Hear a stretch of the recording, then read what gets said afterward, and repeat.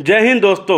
उम्मीद करता हूँ मेरी यूट्यूब फैमिली बहुत अच्छी होगी। जो भी हमारे पुराने सब्सक्राइबर हैं सब अच्छे होंगे, और जो भी भाई हमारे साथ नए जुड़ने वाले हैं भाइयों सभी को जय हिंद जय भारत। भाइयों आज की जो हमारी जो मेन टॉपिक है हमारी वीडियो का वो है 20 लाख से कम जो लोन हैं उनके कर्जे माफ़ होंगे, वो किस प्रकार होंगे भाइयों। इस वीडियो में आपको पूरी जानकारी दी जाएगी। भैया वीडियो को अंत तक देख लेना। अगर चैनल पर नए हो तो सब्सक्राइब जरूर कर देना, क्योंकि हम ऐसी ऐसी इन्फॉर्मेटिव वीडियो अपने चैनल पर लेके आते रहते हैं। और भाइयों एम रखता हूँ जो 200 लाइक का, क्योंकि इस वीडियो में बहुत मेहनत है। तो भाइयों इस वीडियो में आपको 200 लाइक का टारगेट दिया है। इस वीडियो में 200 लाइक पूरे कंप्लीट करा दीजिएगा। और भाइयों आपने कमेंट में ये जरूर बताना आपके कौन से शहर से देख रहे हो। अभी स्टॉप कर दें वीडियो, चाहे शहर का नाम जरूर बता देना, ताकि हम आपको बता सकें कि आपके जो शहर में रिकवरी एजेंट आ सकते हैं या नहीं आ सकते। क्योंकि हम लोग अपनी लाइव स्ट्रीमिंग के द्वारा भी बहुत से लोगों की मदद करते हैं। आप हमारे साथ लाइव पर जुड़ा कीजिए। तो भाइयों वीडियो को हम शुरू करते हैं। वीडियो को पूरा देख लेना स्टेप बाय स्टेप, क्योंकि इसमें बहुत सारे स्टेप ऐसे बताए गए हैं जो कि आप अगर समझ जाते हो तो आपके साथ भी बहुत ज़्यादा भला हो जाने वाला है। तो भैया वीडियो को पूरा देख लीजिएगा, बाकी आपकी मर्जी है। आप स्किप कर देंगे तो भैया आपका ही नुकसान है, मेरा तो क्या ही नुकसान होगा। भाइयों अब आपके सामने जो मैं बातचीत रखने वाला हूँ भैया, 20 लाख से कम लोन जो है कैसे माफ़ हो सकता है, किस प्रकार हो सकता है, इसमें क्या क्या रूल हैं, कैसे कैसे हो सकता है, इसमें क्या आरबीआई की गाइडलाइन है। तो भाइयों इस वीडियो में पूरी जानकारी मैं देने वाला हूं। सबसे पहले सुन लीजिए, लोन है दो प्रकार के, एक है सिक्योर्ड लोन, एक है अनसिक्योर्ड लोन। सिक्योर्ड लोन में तो भैया आपको मैंने पहले जानकारी दे रखी है कि आपकी जो भी एसेट होगा बैंक वाले लेके जा सकते हैं अगर आपने उसकी ईएमआई पे नहीं करी तो। क्योंकि उसमें सीधी सी बात है, अगर आप अपनी गाड़ी की आरसी देख लेंगे, अगर आपने लोन पे ले रखी है तो भैया उसके ऊपर साफ लिखा होता है ये बैंक की गाड़ी है, आपकी नहीं है। तो सीधी सी बात है बैंक आपकी गाड़ी लेके जा सकता है, लेकिन उसमें भी सेटलमेंट के प्रोसेस होते हैं। तो भाइयों और जो दूसरा लोन है वो है अनसिक्योर्ड लोन। अनसिक्योर्ड में भैया बहुत सारी कैटेगरी आती है, लेकिन हम 3 कैटेगरी का नाम ले लेते हैं। एक तो पर्सनल लोन, दूसरा हो गया आपका ये कार लोन हो गया, जैसे कार लोन नहीं सॉरी कार लोन मैं बोल चुका है वीडियो में, पहले बता दी वो सेक्योर्ड लोन है सॉरी। एक हो गया इसमें पर्सनल लोन, दूसरा होगा क्रेडिट कार्ड का लोन, और जो तीसरा हो जाता है भाइयों वो हो जाता है जैसे मान के चलो आपने कोई भी ईएमआई पे कोई चीज़ ले ली, जैसे मोबाइल ले लिया, तो और भी बहुत सी चीज़ें ले लेते हैं, तो इसमें बोलते हैं कंज्यूमर ड्यूरेबल लोन बोलते हैं उसको। ठीक है भाइयों, अब इस लोन में आपका क्या होता है, अब आपका जो अनसिक्योर्ड लोन है, क्योंकि अनसिक्योर्ड लोन वालों की ही जो लोन है वो मैं बता रहा हूँ, उसकी जानकारी ही पूरी प्रोवाइड करवाऊंगा।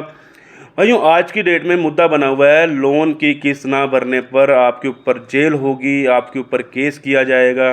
भैया लोन माफ़ भी हो जाते हैं।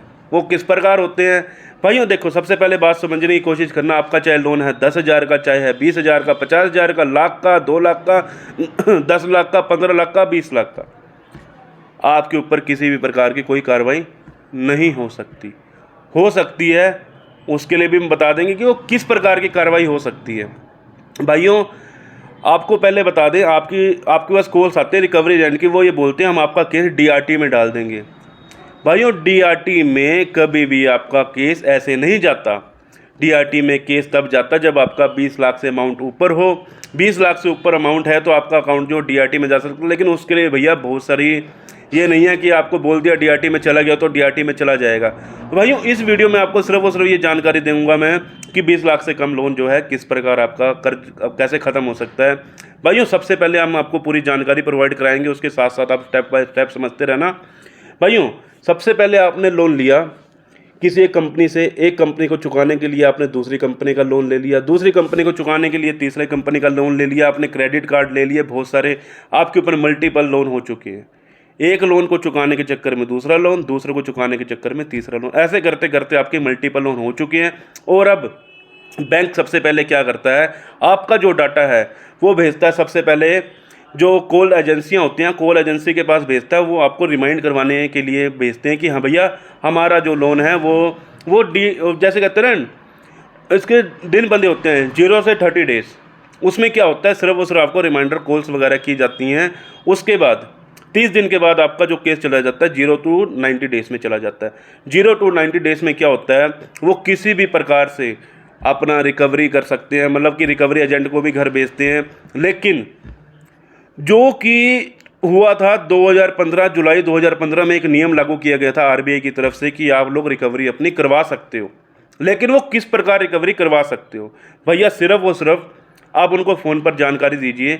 आप उनको ये बोलिए कि सर आपका जो लोन है वो पेंडिंग है, उसको क्लियर कर दीजिए। आपको वो डराएं, मतलब डरा सकते हैं। वो किस प्रकार डरा सकते हैं, क्योंकि आपको बहुत लोग डरा के जान से मारने की धमकी देते हैं। जान से मारने की धमकी देना, देखो जी, कानूनन अपराध है। कोई भी किसी को जान से मारने की धमकी नहीं दे सकता। वो लोग सिर्फ और सिर्फ आपसे ये बोल सकते हैं कि भैया आपका जो लोन है, आपका जो सिविल है गिर जाएगा अगर आप लोन की पेमेंट नहीं करेंगे। ऐसे ऐसे मतलब बहुत सारी चीज़ें होती हैं। जो रूल हैं वो रूल अपने हिसाब से फॉलो करते हैं और वो आपको जानकारी प्रोवाइड कराते हैं। लेकिन आज की डेट में आपको पता, चवन्नी छाप, झोला छाप, ये जो रिकवरी एजेंट घूम रहे हैं, जिनको सालों को कुछ पता ही नहीं है, और वो आपको डीआरटी का केस समझाने की कोशिश कर रहे हैं, जिनको खुद को नहीं पता डीआरटी का मतलब क्या होता है।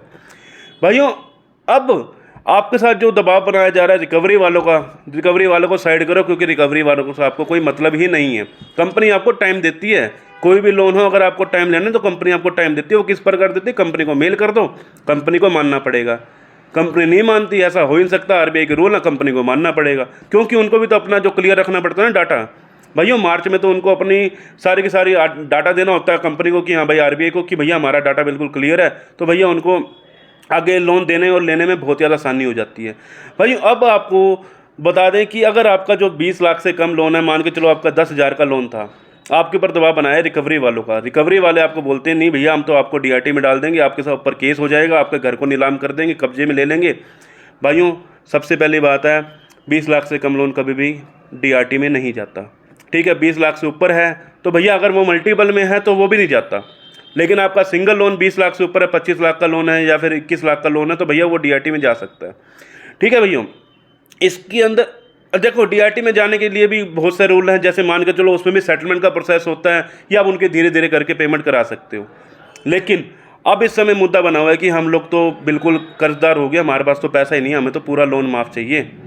पूरा लोन कैसे माफ़ होगा भैया? बैंक ऐसे अपना पैसा लेके भैया वापसी नहीं लेगा तो भैया बैंक का नुकसान ही है। भैया बैंक अपना नुकसान को पूरा करने के लिए क्या करती है, आप जैसे लोगों को और भी बहुत सारे लोग हैं जिनको लोन प्रोवाइड कराती है। वो लोन किस प्रकार प्रोवाइड करा रही है, मान के चलो एक लोन मिल रहा है आपको, सिर्फ और सिर्फ जो आपका होम लोन है उस पर आपको मिलता है कम इंटरेस्ट पे। लेकिन जो पर्सनल लोन है जो आपका सिर्फ और सिर्फ सिविल आधार पर दिया जा रहा है, उसके अंदर क्या कर रहे हैं, वो 30% तक का भी ब्याज लगा रहे हैं। भाई वो अपना पैसा कहीं ना कहीं से कवर कर लेंगे, वो अपना पैसा कहीं ना कहीं से कवर कर लेंगे। उनको जरूरत नहीं है कि हाँ भैया, लेकिन दबाव बना कर रखते हैं, क्योंकि उनको पैसे की जरूरत है। पैसा किसको नहीं चाहिए, बैंक ने अपना पैसा लगा के ही तो इन्वेस्ट कर रही है।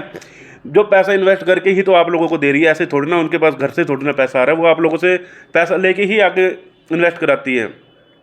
तो भाइयों इसमें यही सारी चीज़ें होती हैं। लेकिन अब क्या कर रहे हैं, 3 महीने के बाद जैसे ही आपका अकाउंट एनपीए में जाता है, उसके बाद आपको सेटलमेंट की ऑफर बैंक देती है। वो क्यों देती है, क्योंकि उनको भी अपना डाटा क्लियर करना, उसको पता पैसे तो मिल नहीं रहे, कहीं ना कहीं से कुछ ना कुछ तो देंगे। 1 लाख का लोन है, ले भाई 80,000 रुपये दे दे, हम आपको सेटलमेंट कर देते हैं। लेकिन सेटलमेंट का एक ऐसा टैग है कि भैया आपको इन फ्यूचर कभी भी कोई भी बैंक लोन नहीं देगा, कोई भी बैंक कभी भी लोन नहीं देगा। इस चीज़ का ध्यान रखना, नहीं देगा तो कभी नहीं देगा। लोग बोलते हैं कि आपको भैया सेटलमेंट के बाद लोन मिल जाएगा, ऐसे हो जाएगा, वैसे हो जाएगा। भैया सेटलमेंट टैग ही ऐसा है, क्योंकि बैंक हमेशा जब भी आपका कोई भी लोन प्रोवाइड कराती है उसमें सबसे पहले आपका सिविल स्कोर देखती है। सिविल स्कोर में और भैया उसमें जो शीट बनी होती है उसमें साफ साफ लिखा हो सेटलमेंट, तो भैया वहाँ से आपको लोन कैंसिल। कोई भी बैंक आपको लोन नहीं देगा। लेकिन कुछ बैंक हैं जो लोन दे देते हैं, कहने का मतलब जो से बहुत ज़्यादा ब्याज ले लेते हैं, 35% ब्याज, 36% ब्याज, वो लोग आपको दे देंगे। उसके बारे में हम जानकारी नहीं देंगे, क्योंकि भैया वो बहुत ज़्यादा बड़ा ब्याज है, उसके लिए तो हम क्या ही कहेंगे। बाकी हम आपको बता दें, अब आपने जो लोन ले रखे थे, जैसे ही आपका अपना सेटलमेंट की तरफ जा रहे हैं, अगर मान के चलो आपके पास अब सेटलमेंट का पैसा भी नहीं है, आपका जो अकाउंट है 7-8 महीने के बाद, 9 महीने के बाद, 10 महीने के बाद रिटर्न ऑफ कर देंगे।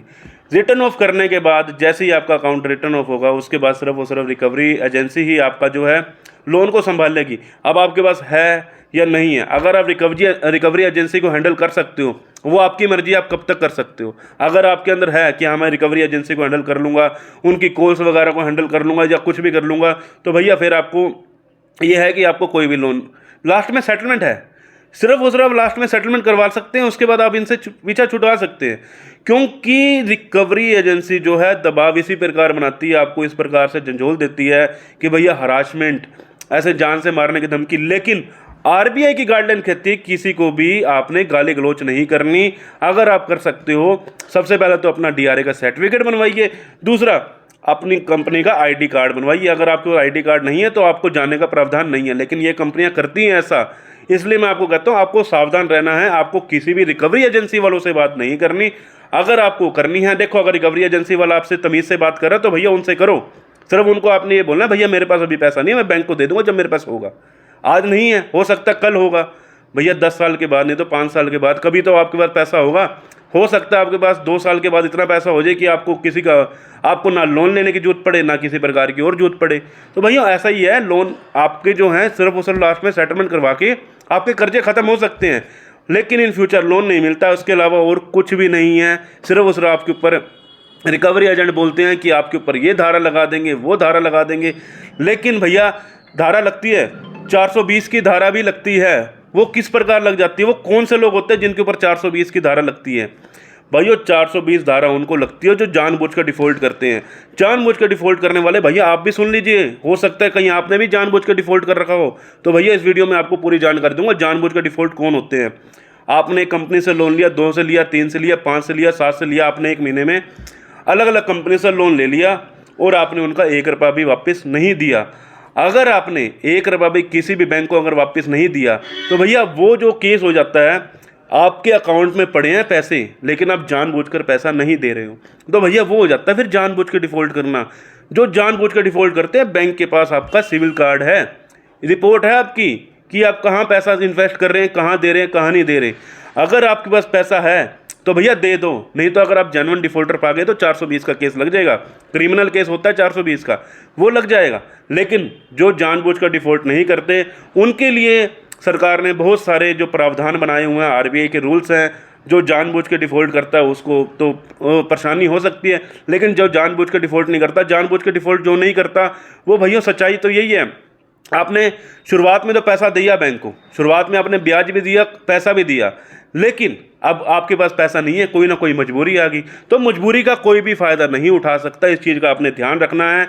कोई भी रिकवरी वाला आपको परेशान नहीं कर सकता, ये भी ये नियम है। तो भाइयों इस वीडियो में मैंने आपको जो जानकारी दी है ऐसा है, अगर आपका 20 लाख से ऊपर का लोन है तो उस पर डीआरटी का जो है कानून लागू हो सकता है, लेकिन 20 लाख से कम के ऊपर कोई भी डीआरटी का कानून लागू नहीं होता। तो भैया अगर कोई भी आपको डराता है कि आपके ऊपर डीआरटी कर देंगे, ये कर देंगे, वो कर देंगे, तो भैया डरने की जरूरत नहीं है। सिर्फ और सिर्फ जब आपके पास पैसा हो दे के भैया अपनी तरफ से बिल्कुल क्लियर हो जाओ कि इन फ्यूचर आपको कभी भी कोई परेशान ना करे, बस इसके अलावा और कुछ नहीं। अगर वीडियो में जानकारी पसंद आई तो वीडियो को एक लाइक ज़रूर कर देना भाइयों, जो हमारा एम था हो सकता है आप क्लियर करा दे। तो मिलते हैं किसी और इन्फॉर्मेटिव वीडियो के साथ। जय हिंद, जय भारत।